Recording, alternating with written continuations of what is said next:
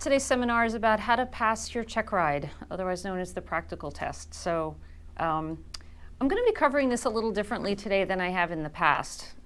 In the past, what I've done is gone over the PTS or the ACS kind of in detail. But today is more going to be a strategy session, not so much a what to do, but how to prepare yourself. The first thing I want to talk about is the document itself of the ACS, and I'll just use the private pilot. You obviously hopefully are familiar with the instrument rating one, but for most people here, does anybody not have a copy of this document yet? Okay, and that's okay because you're just getting started, but in the orientation, we go over the list of all the documents that you want to review. Definitely want to download this off our website. Well, it's off the FAA's website, but we have a link to it from our website, or buy yourself a copy. And if you're at any stage, seriously working on your certificate, you have to have this document, which is the Airman Certification Standards. So does anybody want to volunteer to just give me the nickel version there, one sentence of what is this? Anybody want to describe what is this? Yes? Answer correctly, it's the official standards that the FAA provides that essentially say that you meet the standards to be a whatever pilot or whatever certificate you're getting. Correct. So for the certificate you're applying for, this defines the standards for performance, right? So not the flight training that you have to have done, right? That's in the FAR AIM, describes what training needs to occur and what flight time needs to be logged, right? This is for the test itself, which is called a practical test. It involves two portions, a ground portion, which is more like an interview, and then the flight portion, which is the practical part. But I always like to say this is the rules of engagement for the event, right? And you want to think of the Checkride, I always like to describe it as a job interview, right? How many people here have ever had at least one job interview? Okay, I know for some of the younger folks, maybe not, but maybe had to apply for a scholarship or maybe give a speech in class, right? Have you ever had to present a book report or something in class, or right? So you've been challenged at some point with having to present your best self and your knowledge on a subject, right? You've had to be a subject matter expert on something, right? Whatever that is. And so that's really what this is about.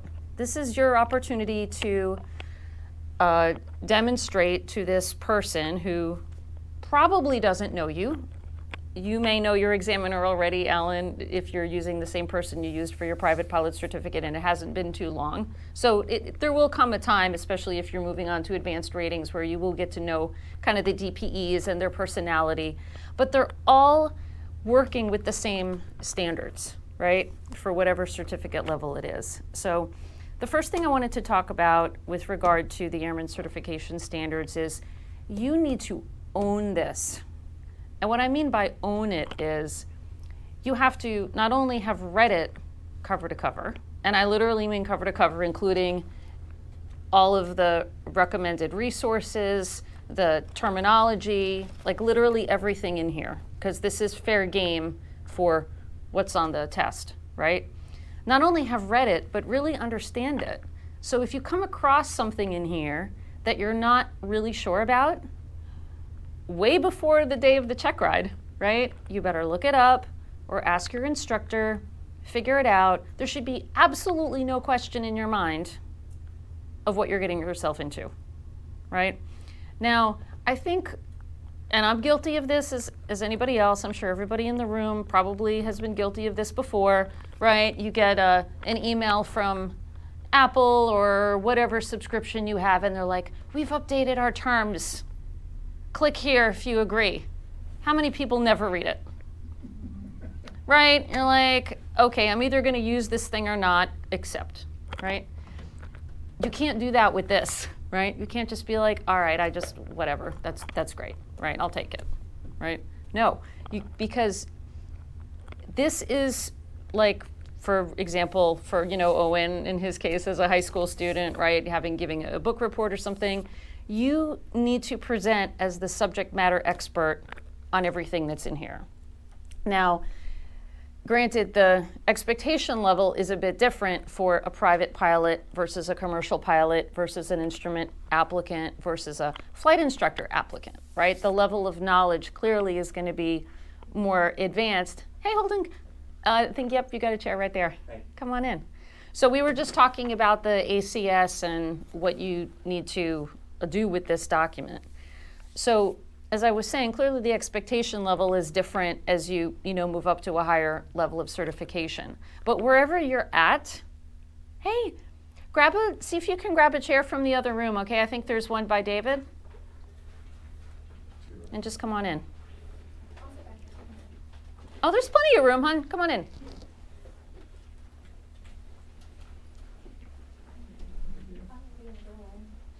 We can make it work. We got plenty of room.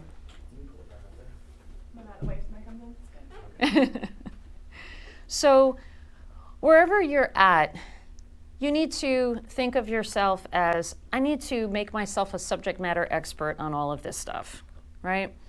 Not just what we call the rote level of memorization, where you're like, okay, VA equals this, or, right, VY equals whatever. But really to understand what those terms mean, what these things mean. Because if you think about it, yes, preparing for your check ride is super important because this is what's going to gain you the privileges of a private pilot or an instrument pilot or a commercial pilot, so you can go do whatever with that certificate. But forget about that. The certificate's just a stupid government document. It's a piece of paper. Think about you actually acting as pilot in command at that level with a passenger, right? How good do I need to be in order to take my husband or my wife or my kid or my girlfriend or whoever up in this airplane with me? That's the standard you need to achieve. Not satisfying the DPE and the ACS. You need to be better than that, right? This is a minimum government standard, right? Anybody remember, what do you need to pass the knowledge test? What score? 70, right? Where I come from, that's like a C, right? C's not that great, right? You want to be an A student here for yourself, right? For your passengers, for all the people that want you to come home from that flight, right? That's the level that you need to go for. But with that said, just briefly scanning through the ACS here, for example, this is the private pilot. All right, I'm just going to pick a random one here. All right, takeoffs, landings, and go-arounds, normal takeoff and climb, right? So this pretty much has to happen in order for you to fly, right? You got to take off. So this one should be pretty easy, right? But what are they expecting of you? Same thing we're expecting of you when we sign you off for solo, and same thing you should be expecting of yourself. And then some, right? Again, this is a minimum government standard. The applicant demonstrates understanding of effects of atmospheric conditions, including wind, on takeoff and climb performance. All right? So what are some atmospheric conditions that can affect climb performance? Anybody? Temperature, heat, right? We're talking about density, altitude. This is the real stuff that can kill you.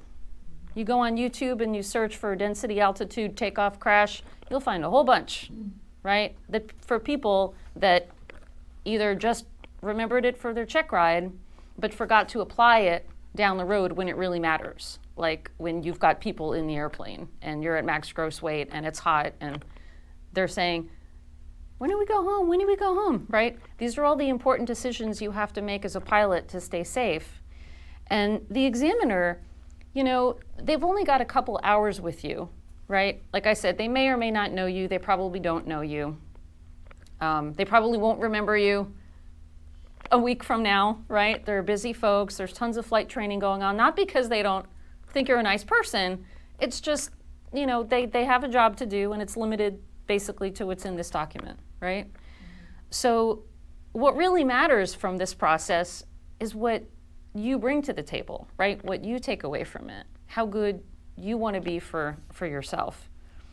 Other things in here, risk management, the applicant demonstrates the ability to identify, assess, and mitigate risks encompassing, and there's a laundry list of things. We already talked about one, effects of crosswind, low altitude maneuvering, including stall, spin, or CFIT, distractions, loss of situational awareness, and/or improper task management. Now, the DPEs are given a lot of latitude in these exams as to how they can present distractions. And you have to appreciate the fact that, these guys are working 5-6 days a week, testing, at least today, in almost every FSDO in the country, hundreds of applicants a year each, right? And they have to come up with some reliable ways that they can evaluate these things. They're not going to want to come up with some different little shtick for each person they fly with every single time, right? They can only get so creative. So their distraction that they offer to you during the test is just one small random thing, but there's a million things that could distract you on what should be a normal, everyday routine part of a flight, like a normal takeoff, right?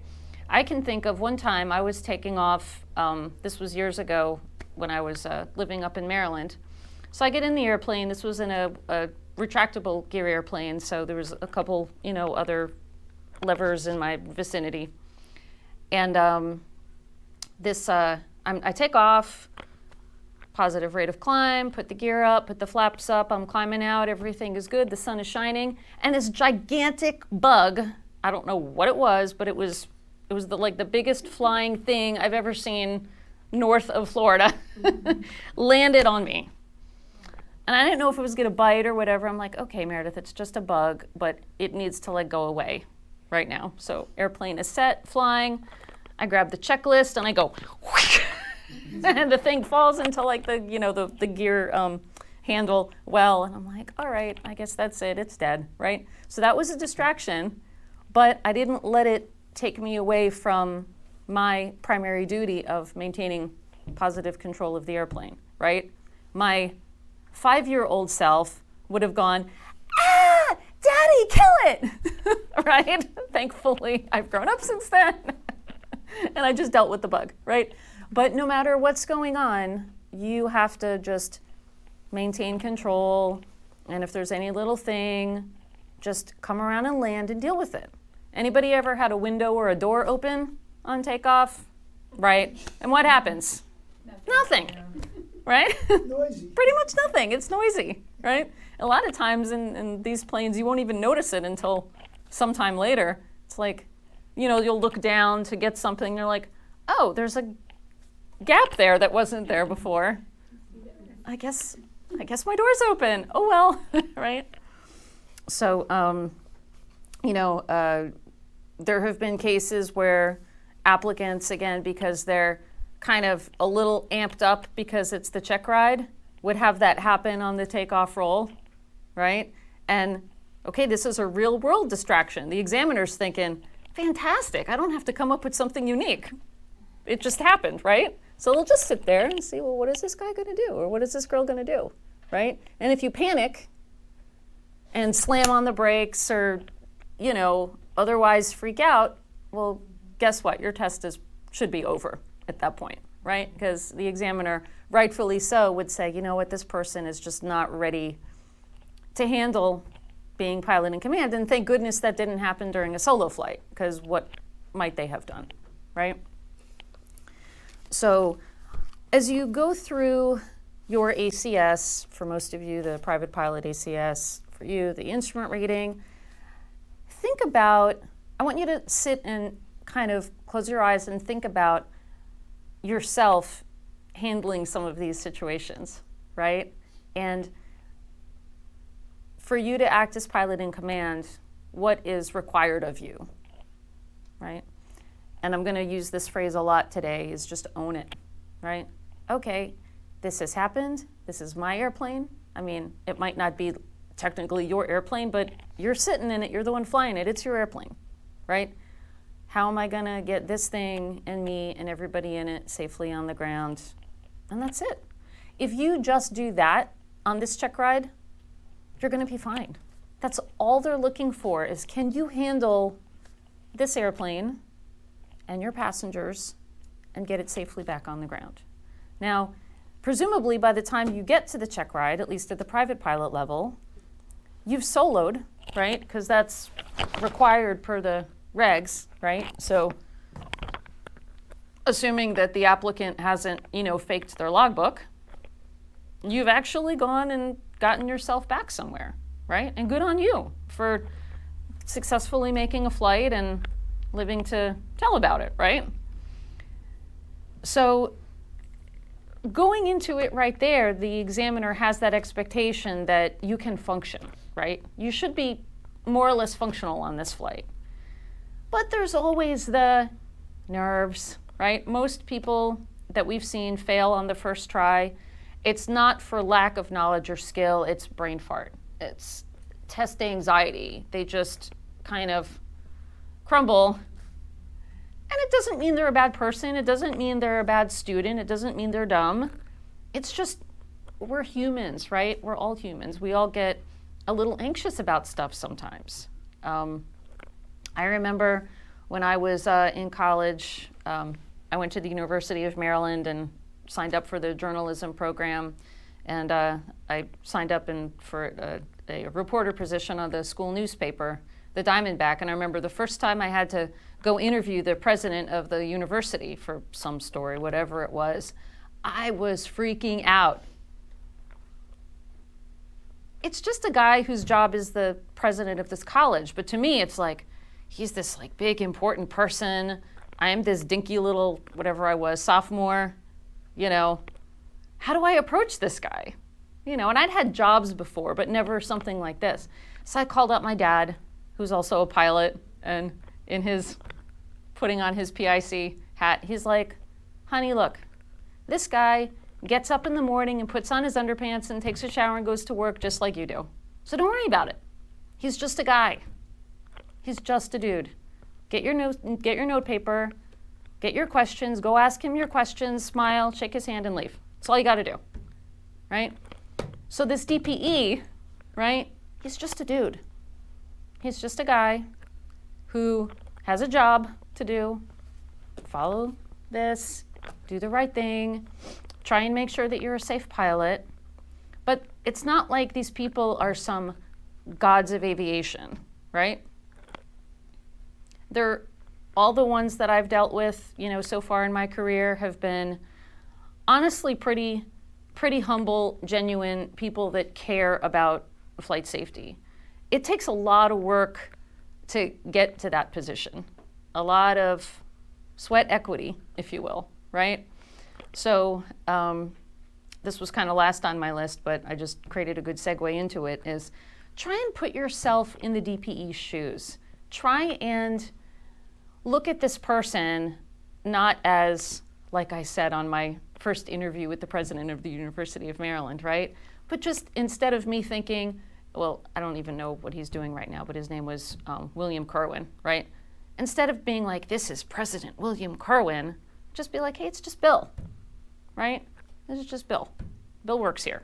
I got some questions for Bill, right? So whoever your DPE is, you clearly want to be respectful, just like you would in a job interview, but don't sort of escalate this in your own mind, right? Just be on a peer level with this person, right? He's obviously got more experience than you. He's put in a lot of work to get to this position, but he's a pilot. You are a pilot, and don't forget that. Regardless of whether you're going for a private pilot certificate, you're already a pilot. A student pilot certificate is not a small thing. Those endorsements we put in your logbook that say you can go out and fly by yourself, that is not a small thing. Let me tell you that as an instructor. I do not take that responsibility lightly. And there may be instructors who do, that just, all right, yeah, good enough, whatever. And you can tell. You can tell students that get sort of shoved through, right? But every instructor here takes that responsibility extremely seriously. So if we have given you the thumbs up to go fly our airplane by yourself, you got this. You have got this, right? Mostly what you need to do is muster up that courage in yourself, right? To let go of that anxiety, to let go of that feeling of, oh my gosh, this is like some big thing. Yes, I know it is. You all have spent a ton of money, a ton of time. You don't want to have to do this twice. I get it. But the more you amp it up in your own mind, the worse off you're going to be. And I know that's easier said than done, but this applies to lots of things in life, right? Whether you're, well, let's just go around the room, right? We're all adults here. Tell me something hard that you've done so far in your life. Come on. Deployment. Say again? Deployment. Deployment. All right, we have a gentleman here who's in the Navy, right? That's a big deal. Absolutely. And it's, come on, something else hard that you've done. Graduated college. Yeah, right? Hard. To get to that point, right? Given birth? Wrestled an alligator. Wrestled an alligator, right? I was on Fear Factor. You were? What did you do? I hung from a helicopter over the ocean and What? Are you serious? Oh my God. 100%. If you're curious, it was season 4, episode 1. Oh my God. Million All right, I can't top that. Right? So as you step into this arena, right? I want you to try and think about the hardest thing you've ever done, whatever that is, right? And think about how you got through it. Because you did. You're here. You're alive, right? And try and channel that energy, right? And maybe then some. And you're not going to have any problems there. All right, the next thing I want you to own, and I don't have one with me, but everybody knows what it is. Own your logbook. And this is going to sound kind of silly, but I see this over and over and over again. Even with the smartest of people, I think a lot of times people get caught up in the process and they forget that their pilot logbook, this is the record of everything that you have done. Like it's all in this book, right? You've all heard the phrase like, if there's no pictures, it didn't happen, right? See those memes on Facebook, right? If it ain't in that logbook, it didn't happen as far as the DPE is concerned, right? So as you go through your training, yes, we, as your instructors here anyway, I can't speak for other flight schools, but we take that very seriously. We have training internally. We have checks and balances in place to make sure that everything is documented correctly. But we're humans. That's why I like to see everybody's logbook at certain stages to audit it. Again, just kind of my journalism background. You would never send copy to print without at least 3 editors looking at it first, right? For typos, for factual errors, whatever. At least that was back in the day. I can't speak for now, but even, aside from us taking that extra time to do that, it's your logbook. You audit it. If you're playing your cards right, I shouldn't have any work to do auditing your logbook. For example, you come home from a lesson, you should notice, oh, maybe my instructor just forgot to sign it. Because we got chit-chatting about the football game and you were running late to pick the kids up and, it happens, right? That's why I audit the logbooks, is to catch those mostly small types of things. It's rare that I find a huge thing like, oh, some experience requirement wasn't met. Now, I see that coming from other flight schools, but we don't see that in here because we keep track of that as we go along. But don't let that kind of little stuff get to me, right? You own it. This is your logbook. If you see that something is missing, you fix it, right? You tell the instructor, hey man, look, I think we got, caught up. Can you sign this? Or I think you forgot to put the date. You know what needs to go in there. We tell you write it up front, right? Okay, here's what we did today. Here's what we recorded. You were there, you knew what happened. You know how many landings you did, or approximately how many. You know whether or not you did stalls. You know whether or not you did X, Y, or Z on your lesson. You were there flying the plane.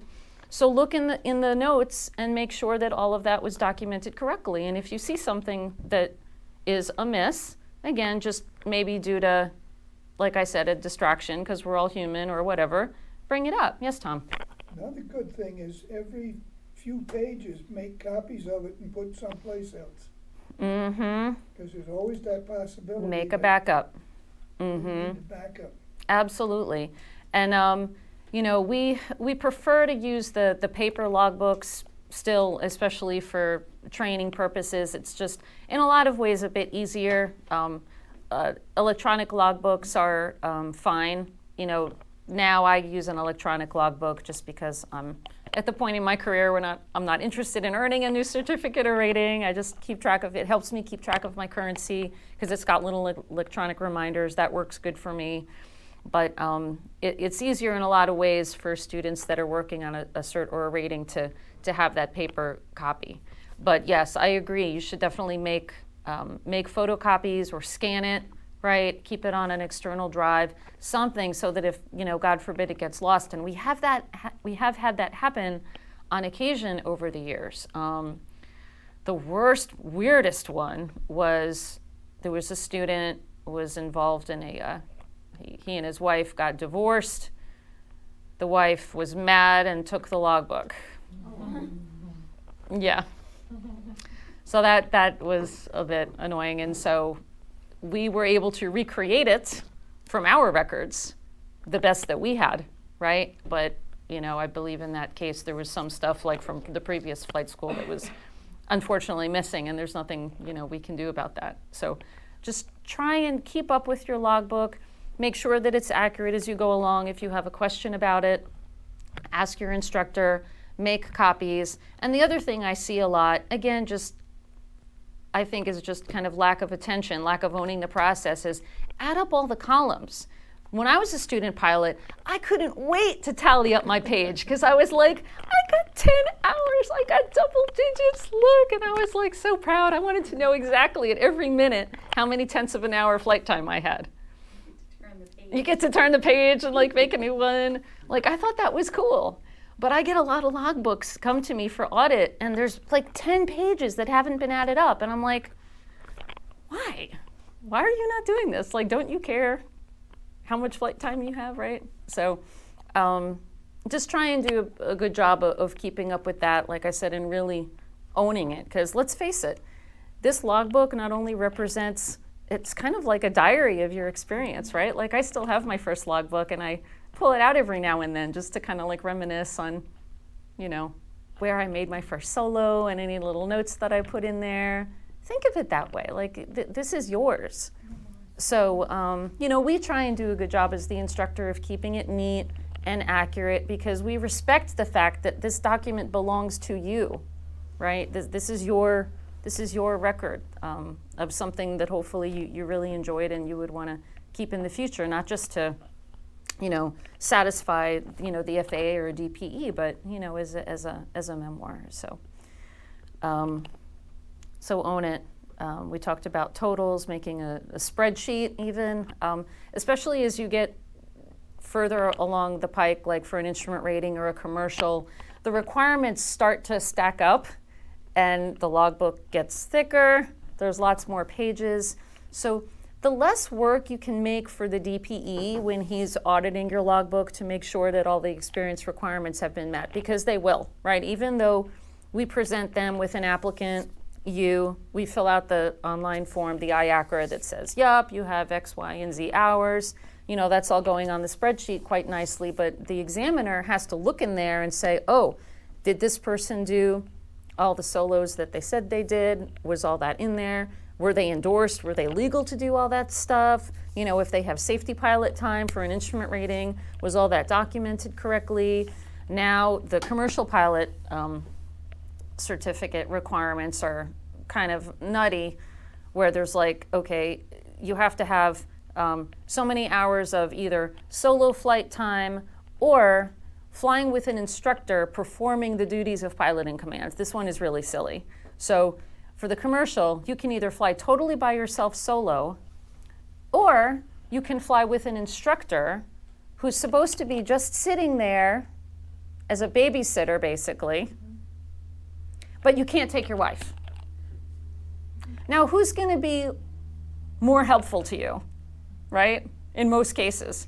The wife or the instructor if anything happened? Obviously the instructor, right? To me, it would seem it would be more of a challenge for you to bring a spouse or a kid or a passenger, right? Because that's, adding to the distractions and stuff. That would kind of present more of a challenge, be a better real world experience than having an instructor sitting there as a glorified babysitter. Like, that seems really dumb to me. But that's the kind of thing that we have to audit and go through and make sure, okay, when you said you were solo, you were really solo, right? Like, I've seen people do this. They mark it as solo and they're like, with Freddie. I'm like, who's Freddie? Your stuffed animal, hopefully? Or is it your brother? Like, who's this? So we have to make sure that all that stuff was logged correctly. But you ought to go into it with yourself having full confidence that your logbook is accurate. And also with the endorsements and the dates. So most of you folks that are getting ready for a Checkride right now, or that it's imminent, you're aware of the fact that the examiners are booked out a fair amount now just because of there's so many pilots, and this whole thing is kind of snowballed. So when we sit down to fill out your application and sign your logbook and get everything buttoned up and say, okay, your package of documentation is ready to go for the Checkride. First of all of that needs to be done a minimum of 24 hours before the Checkride, according to the FAA, because of their system that they have in place for the DPEs on their end. But practically speaking, the DPEs want all of that stuff in place before they put you on their schedule. Because what they don't want, and I can appreciate this, if I were an examiner, I wouldn't want my schedule getting jacked up every other day by an applicant that says, oh yeah, because of weather, whatever, we never got the experience done, so I'm actually not ready for the Checkride, I gotta cancel. Well, now that just blew a hole in my schedule, and now he's gotta scramble to fill it. I mean, the same thing that goes on around here, right? We have policies in place for scheduling to make sure that it's fair for everybody, including the staff. So if I were an examiner, I wouldn't want people canceling at the last minute all the time because they couldn't get their solo flight in, or whatever happened, and my instructor went to Bermuda and I didn't get the IACRA done, and all of this nonsense, right? So, but because we have to get all that package in place before we even get on the DPE schedule, right out the gate, you're 3 to 4 weeks behind. See what I'm saying? And the regs say you have to have, the required training within 2 calendar months. If you're already 3 weeks backed out just because of their schedule, you know what I'm saying? You have to make sure that when you get the endorsement, when you have done all the training, in your mind, and you make the appointment on the DPE schedule, you got to make sure, like we do, that you're not going to time out.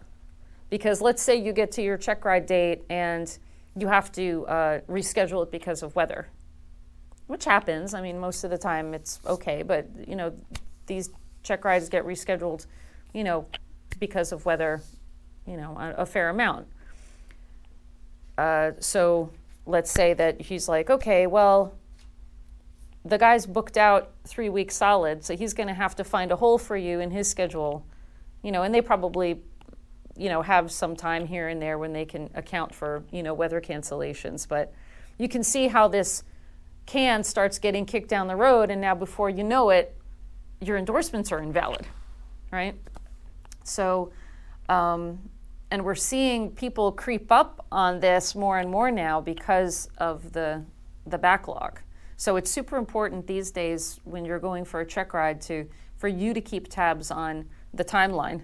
And if you see yourself butting up against that deadline, you let us know, you let the DPE know. The last thing we want is for you to show up to the Checkride and hand your stuff to the DPE, and he's like, oh, all your stuff, timed out 2 days ago. We can't do the test today, right? So own it.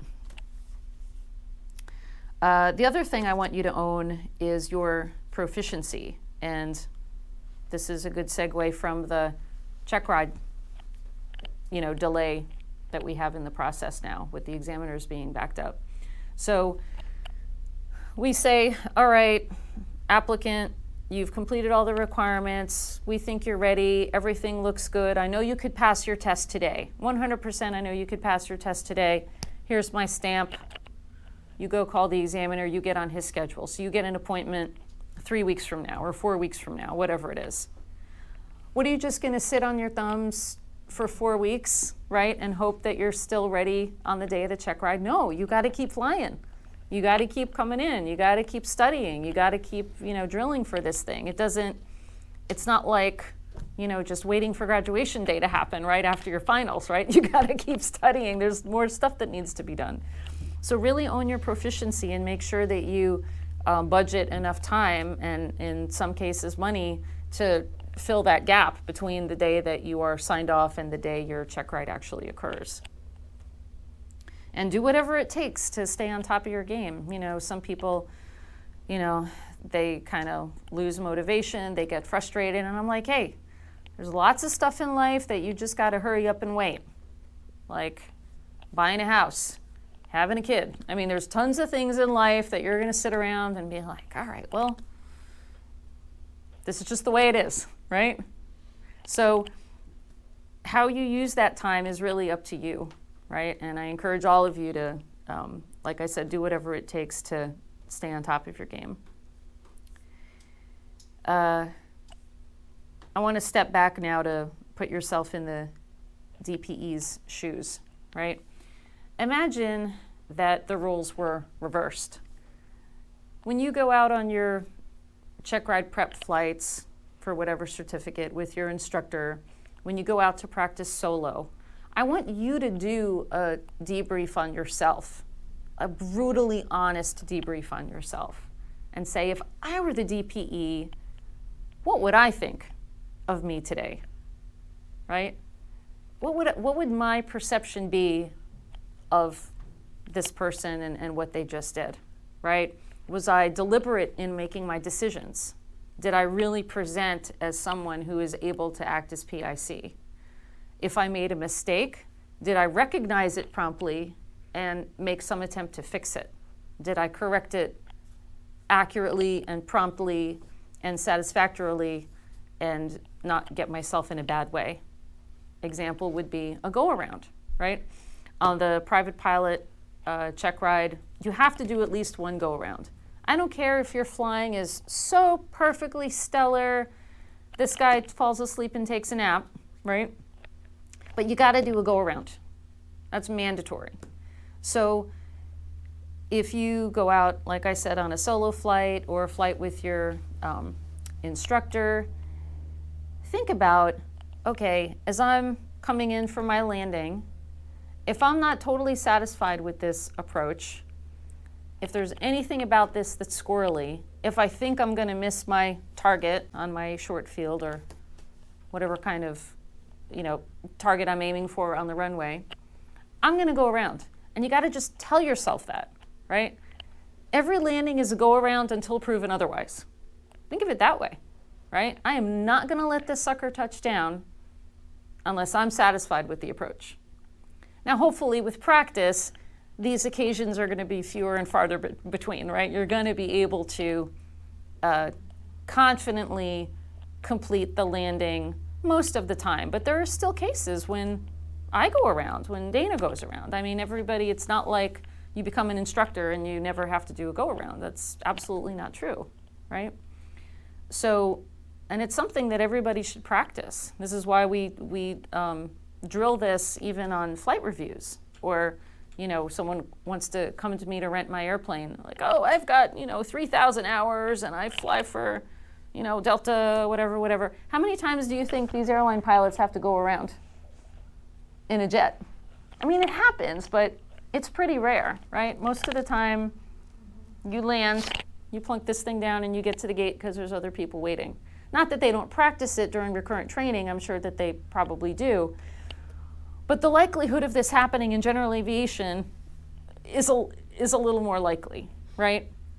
It's a little bit more of a mishmash out there at a non-towered airport, right? Right? Where the kind of environment in which we operate lends itself to the increased likelihood of a go-around just by default, right? And plus, we're flying a light airplane, very, different wing loading. We're much more subject to wind conditions, turbulence. So even if your skill is good, there are times when you should say, you know what, this is not happening, right? I'm out of here. And for folks that are working on your instrument rating, right?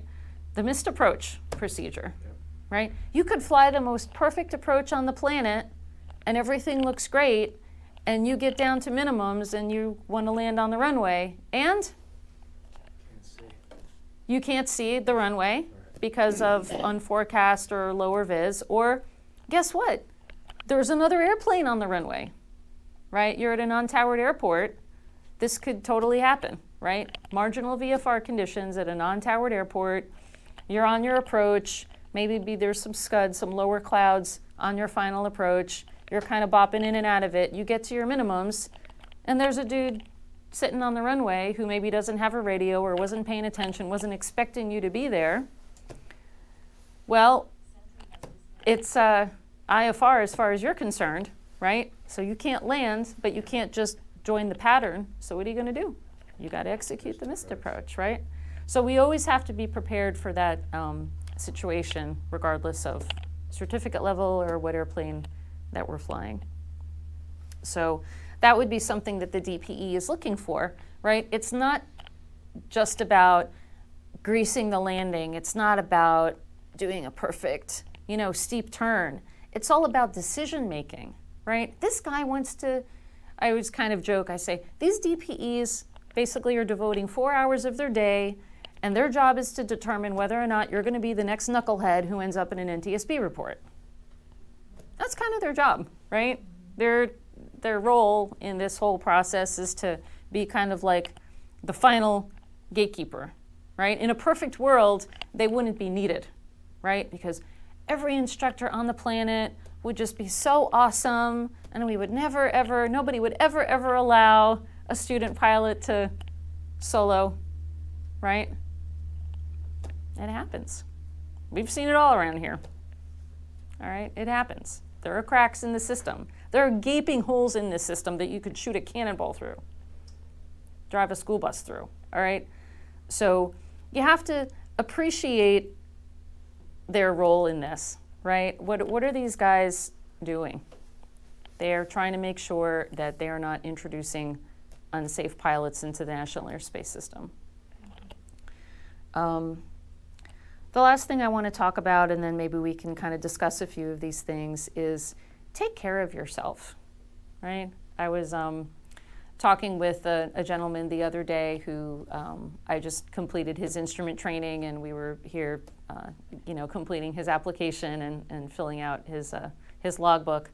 And due to various circumstances, so this was for his instrument rating, but for his private pilot certificate, which was done years ago, he was telling me how his Checkride had been rescheduled a couple times because of weather, and the plane had a battery failure, or this and that and that and the other. And this guy, of all the people I've met in my life, he's one of the most patient, just sweet, like Zen human beings I've ever met. I love this guy.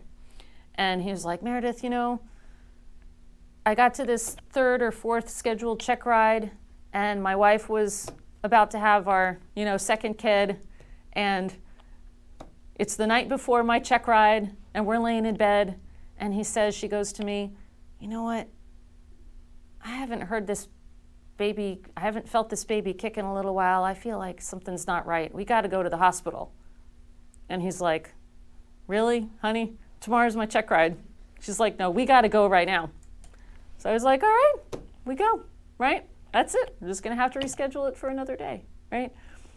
You got to just be patient with yourself and take care of yourself and recognize that if this Checkride gets rescheduled, if there's weather, if there's mechanical, if your better half or your kid or whatever ends up, not feeling well, and you're up late, or you have a work thing come up, whatever it is, say, you know what? I can't do this today. And it would be the same decision that you would make if you were going on a solo flight. It would be the same decision that you would make if you were planning a trip, right? Your only job on this Checkride is to demonstrate your PIC ability.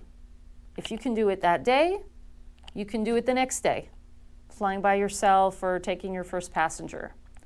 So I know it's kind of a big deal that it's a Checkride, but if you think about it, you should be no more or less ready to fly with the examiner than you are to fly by yourself, right? It shouldn't be the case where you're like, well, you know, it's such a big deal and I've invested all this time and money and I'm a little tired, but I'll have an extra cup of coffee and I'll power through it, right? Like maybe you power through your, finals in high school or college or, something like that, right?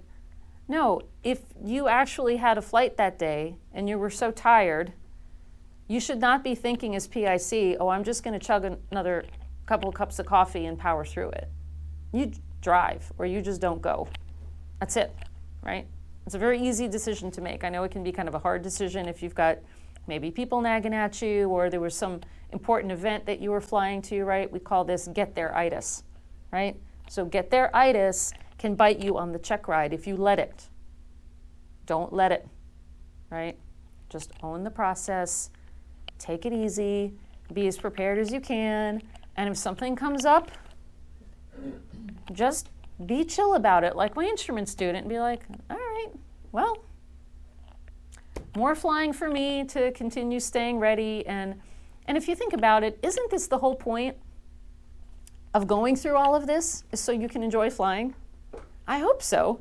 If you're doing it just for a job and you're not really enjoying it, then you probably should not do it anymore, honestly, right? So if you're doing this because you get some personal satisfaction out of it, because it pleases you in some way, because it's a way for you to enjoy traveling and spending time with friends and family, or whatever other satisfaction you get out of flying, then it's a journey, right? These Checkrides, these things are just little stops along the journey. If you end up having 80 or 100 hours or whatever it is on your Checkride day because the can got kicked down the road because of X, Y, and Z, who cares? You're flying. That was the whole point of all of this, right? So try and take it easy on yourself and look at the big picture. We always tell folks here, our job is to try and minimize the amount of time that we spend with you. Not because we don't love you or care about you, but we understand that, time is money and money is time, and we want to be efficient helping you. We want to be very deliberate training you. But I don't want to have to sit with you any longer than I have to for you to be comfortable and safe and confident, right? So you do whatever you need to do in order to keep me out of your airplane, right? Think of it that way. And if that means you spending time in the hangar just sitting with it and going over the avionics, or you getting on the flight simulator, or you just getting up once a week to go solo, right? Even if that means you're going to have X many hours on your Checkride, well, you've been flying. You're already a pilot. You're having fun doing it. So, what difference does it make, honestly, how many hours you have at that point, right? You're just going to continue to be a better pilot along the way. So, any questions, comments?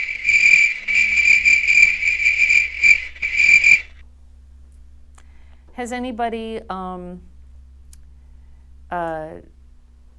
thought about sort of what it means to go through some of these things in the ACS? So when I was talking about like really reading through the scenarios and maybe coming up with your own, how at least the one DPE that we work with has a really nice website, and he publishes scenarios for applicants.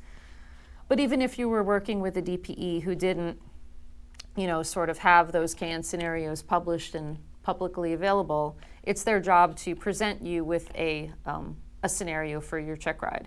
But you can come up with your own. And I would say, even if you are going to work with this DPE who does present those scenarios, try and come up with your own anyway, and think about, okay, if I was going to take a passenger on a flight to wherever, what would I need to do to make that happen? And this is a great little mental exercise that any pilot can do anytime. And this is something that I think would help make the Checkride prep process a little more relevant and a little more fun. Is, okay, so you've planned your, trip to Asheville or wherever it is that you've, the scenario that you've chosen.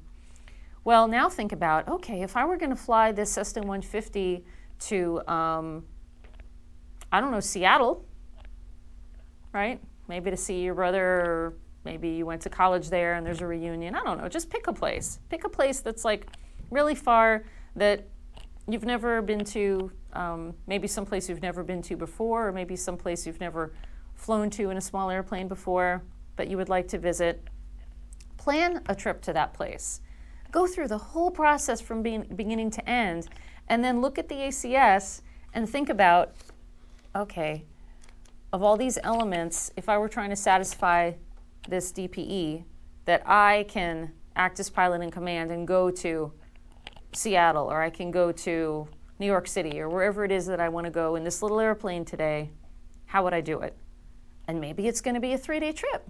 Okay, well, how do you plan that 3-day trip, right? We've had, applicants come in the past with light sport aircraft or, various things that, could take a trip to the Keys, may not be viable in one day, right? Or, when like Dana and I take our Cessna 172 up to see his mom in Norfolk, we can make it in one day, but it's often a 2-day trip. We'll stop. So think about all the things that you would think about that aren't in the ACS, right? This is where you start thinking about being pilot in command. Nowhere in the ACS on the cross-country flight planning does it say, check and see if there's rental cars at the FBO. Check and see if you can get a hotel. Make sure that you pack snacks, right?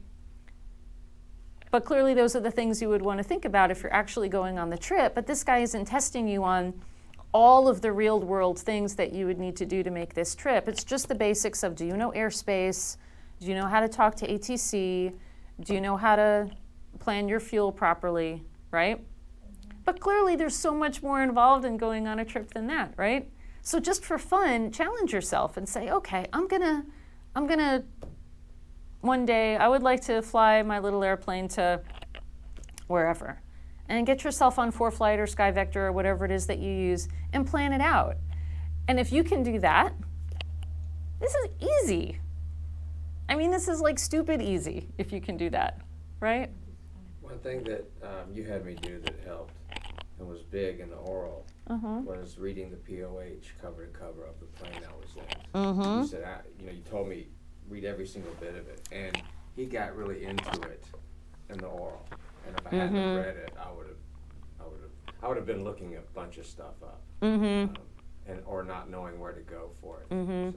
Yeah, that's a great point. So in addition to being a subject matter expert on this, and there's pointers to that in here, right, in performance and systems, right?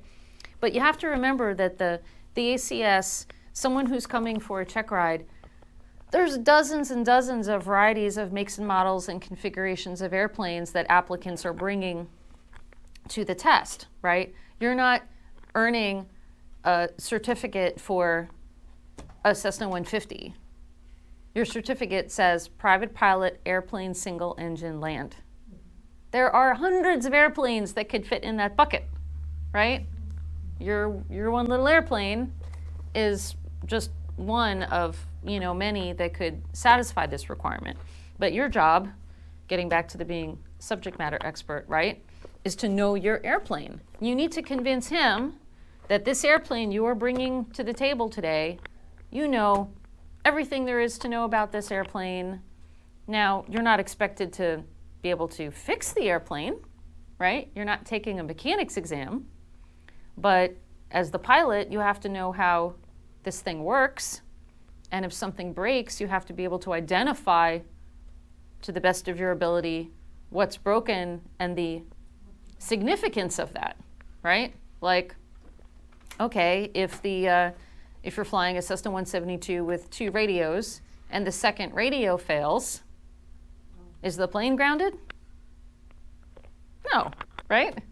Now, if you're taking an instrument rating check ride and the second radio is down, that's a risk factor, right?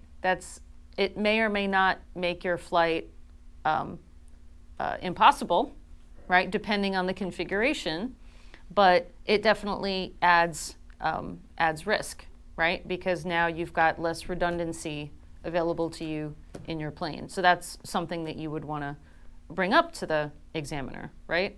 The Swiss cheese model. The Swiss cheese model, right? It's a whole. Yep, it's a whole, right? So, we see lots of times students just really not owning the POH, not reading it. And again, to me, if you're going to fly and you have a passion for this subject matter, I would think you would want to know this stuff. You would want to get into it.